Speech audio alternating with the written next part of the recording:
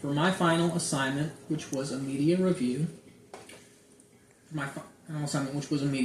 I chose the film Forrest Gump, which was based on a book written by Winston Groom.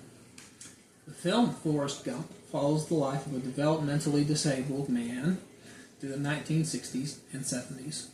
As it relates to this class, we see the struggles with drugs and addiction that are portrayed in this film. My paper looks at the availability of drugs during this time. This portrays the popularity and accessibility of drugs at this time, as well as the harm and struggle of such drugs. Jenny, as a civilian student who becomes involved with the counterculture movement and the hippie culture and related drug use. She also gets involved in the anti-war movement. Lieutenant Dan represents the military and their involvement in drugs and alcohol. Many in the military use drugs and alcohol to cope with the stresses of war, and to self-medicate.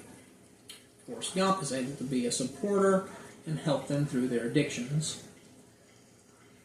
Drugs during this time period were starting to be more scrutinized by the government, yet accepted by civilians.